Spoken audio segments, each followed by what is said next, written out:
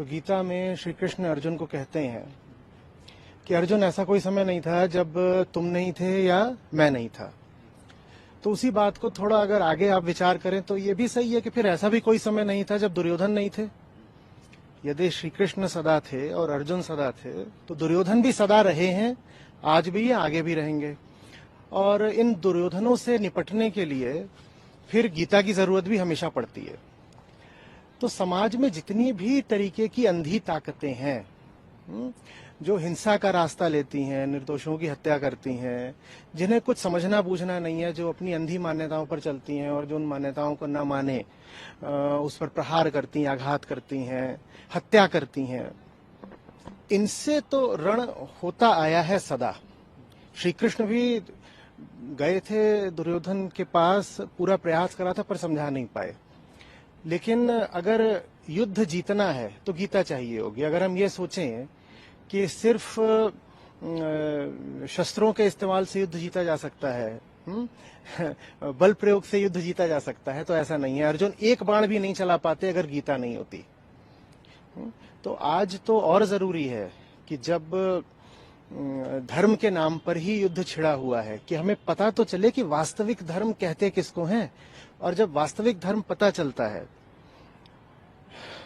तो फिर अपने आप स्पष्ट हो जाता है कि किन मुद्दों की उपेक्षा करनी है और किन युद्धों में प्रण प्राण से जूझ जाना है। आज भारत जहां खड़ा है और जो तमाम तरीके के संघर्ष हमारे सामने हैं, जिसमें पहलगाम जैसे बर्बर हत्याकांड भी आते हैं, गीता की तो हमें बहुत जरूरत है। और उसके बाद फिर हमें दिखाई देगा कि ये जो दुर्योधन है, भले ही ये कई तरीके से अपनी तादाद बढ़ा बैठे हों, बहुत इनका बल दिख रहा हो सामने, लेकिन फिर भी इनसे जूझा जा सकता है, निष्काम भाव से जूझा जा सकता है। और अक्सर ये होता है कि जब आप परिणाम की परवाह करे बिना जो काम सही है वो करते हैं तो विजय अपने आप पीछे पीछे आ जाती है। एक सवाल जरूर मैं इसी पर आपसे पूछना चाहूंगा। इसी आप एक संदेश के तौर पर भी अगर हम देखें, खासकर अगर हम रिचुअल बात करें और साथ साथ हम जहां धर्म की बात कर रहे हैं, क्योंकि आपने भी देखा होगा कि इस मामले को लेकर कई तरह की चर्चाएं जो हैं, खासकर कि धर्म पूछकर किसी को किल करना, और खासकर अगर पाकिस्तान की तरफ से एक ऐसी जगह जो जन्नत है धरती की, वहां पर अगर ऐसा कुछ होता है तो इस तमाम चीजों को लेकर देखिए, पहली चीज तो ये कि गीता, वेदांत, अध्यात्म जिसको सबसे पहले हटाते हैं मन से वो है डर। डरना नहीं है। कैसा डर? क्या खो जाना है? वेदांत आपसे कहता है कि आप वो हो जिसका कुछ बिगड़ नहीं सकता, शस्त्र जिसे छेद नहीं सकते और अग्नि भी जिसे जला नहीं सकती है। तो सामने कोई खड़ा हो, दुनिया की बड़ी से बड़ी ताकतें खड़ी हों, डरने की कोई वजह नहीं है। जब हम ओम शांति शांति शांति कहते हैं ना, तो तापत्रय है। उपनिषदों के शांति पाठ का समापन होता है 3 बार शांति कहने से, ओम शांति शांति। वो तापत्रय है, माने 3 तरीके के ताप। ताप माने बिल्कुल गर्म हो गए हैं, प्रतिक्रिया चल गई है, एक भावनात्मक आवेग आ गया है। नहीं, श्री कृष्ण कहते हैं विगत ज्वर। कहते हैं कि गर्मी में कोई काम नहीं करना, युद्ध पूरा लड़ना और अंत तक लड़ना है, लेकिन विगत ज्वर होकर के। ज्वर माने बुखार, है ना, कि सामने वाले ने कुछ करा और उसने करा ही आपको भड़काने के लिए है, और आपने प्रतिक्रियावश फिर कुछ कर दिया। वो तो चाहता है कि आप प्रतिक्रिया करें। हम जो करेंगे अपने बोध से करेंगे, अपनी समझ से करेंगे, उसके कहे अनुसार प्रतिक्रिया नहीं करेंगे, उसके चाहे अनुसार हम रिएक्शन नहीं करेंगे। तो इमोशनल रिएक्टिविटी, इसको गीता कहती है कि रोको, और इसको जब रोक लोगे तो उसके बाद सार्थक युद्ध कर पाओगे, फिर जीत भी हासिल होगी। अब आती है बात इस पर कि ये सब जो होता है वो धर्म के, मजहब के नाम पर होता है, धर्मांधता। देखिए, जहां कहीं भी धर्म का अर्थ ये बन जाएगा कि कुछ अंधी मान्यताएं इनको बस मानते चलो, तो उसका नतीजा हिंसा के तौर पर ही होगा। बहुत स्पष्ट है। देखिए, आपको कहा गया है, आपकी एक किताब है, उसमें कुछ बातें लिखी हैं, वो आप मानिए, और वो सारी बातें हैं वो बस मान्यताएं हैं कि ऐसा हुआ, ऐसा हुआ, ऐसा हुआ, अब ये करो, और ऐसे लोग अच्छे नहीं होते, ऐसे लोग बुरे होते हैं, ऐसे लोग काफिर होते हैं, उसको मानो। दूसरे की किताब है, उसमें कोई और बात लिखी हुई है। और ये दोनों बातें कभी मेल खा नहीं सकती, क्योंकि दोनों जो हैं वो बस विश्वास पद्धतियां हैं, बिलीफ सिस्टम्स हैं।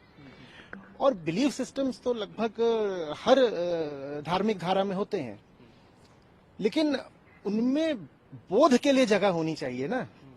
हाँ, कि सवाल भी तो कर सकें, समझने के लिए, जानने के लिए, बोध के लिए पूछ भी सकें, जिज्ञासा भी तो कर सकें।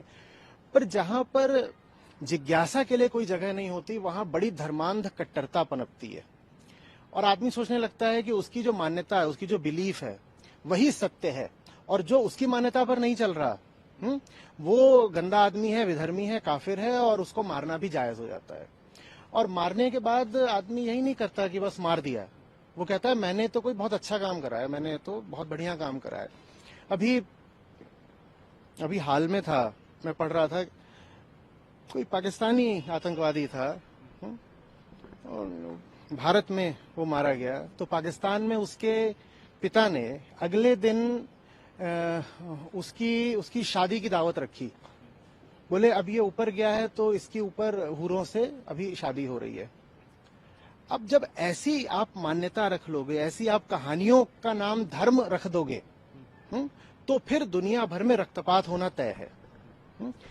धर्म का मतलब किस्सा, कहानी, मान्यता नहीं होना चाहिए।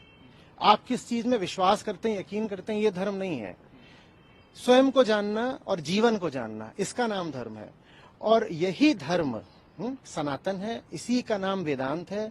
और कोशिश कर रहे हैं कि जो वास्तविक धर्म है उस तक लेकर आ सकें। उस तक हम सबको लेकर आएंगे तो वही अहिंसा है, वही प्रेम है, वही पूरे जगत में शांति का मार्ग है।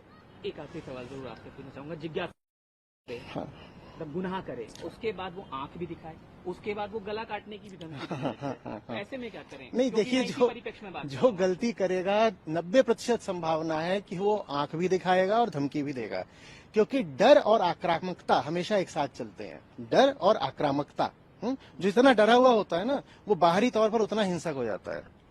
इसीलिए जिन विश्वास पद्धतियों में डराने की बड़ी परंपरा है, वहां पाओगे आप कि लोग उतने ही आक्रामक होते जा रहे हैं। तो इसमें कोई बड़ी बात नहीं कि कोई एक तो गलती कर रहा है, अन्याय, अत्याचार, हिंसा, हत्या कर रहा है, और उसके बाद चढ़ने की भी कोशिश कर रहा है। ये सदा होता आया है, वो यही करेंगे। पर हमें समझना है कि हमें क्या करना है, और हमें जो करना है वो हमें भावना के उद्वेग में नहीं करना है, हमें बस बदला निकालने के लिए नहीं करना है। हमें स्थिति को जानना है, समझना है। और जब युद्ध की स्थिति हो तो कृष्ण से अच्छा पथ प्रदर्शक कोई हो नहीं सकता ना। भगवत गीता तो रची ही गई है, किसी आश्रम में नहीं, किसी वन में नहीं, किसी शांत अरण्य में नहीं, वो तो रची ही गई है युद्ध क्षेत्र में। तो अर्जुन खड़े हैं और बड़ा भीषण युद्ध सामने है, तो उस समय तो हमें श्री कृष्ण से पूछना ही पड़ेगा कि अब बताइए क्या करना है। और उसके बाद फिर युद्ध होता है, और फिर देखा जाता है जो भी होगा। निष्काम युद्ध है, जो भी अंजाम निकले। लेकिन अंधा युद्ध नहीं लड़ना है, अंधा नहीं होना चाहिए। प्रतिक्रिया नहीं, बस दूसरे से बदले की भावना नहीं, अंधी नफरत नहीं। युद्ध तो जरूर हो, संघर्ष तो जरूर हो, लेकिन वो बहुत जगा हुआ, जागृत संघर्ष होना चाहिए। उसमें किसी अंधी भीड़ का नशा जैसा नहीं दिखना चाहिए।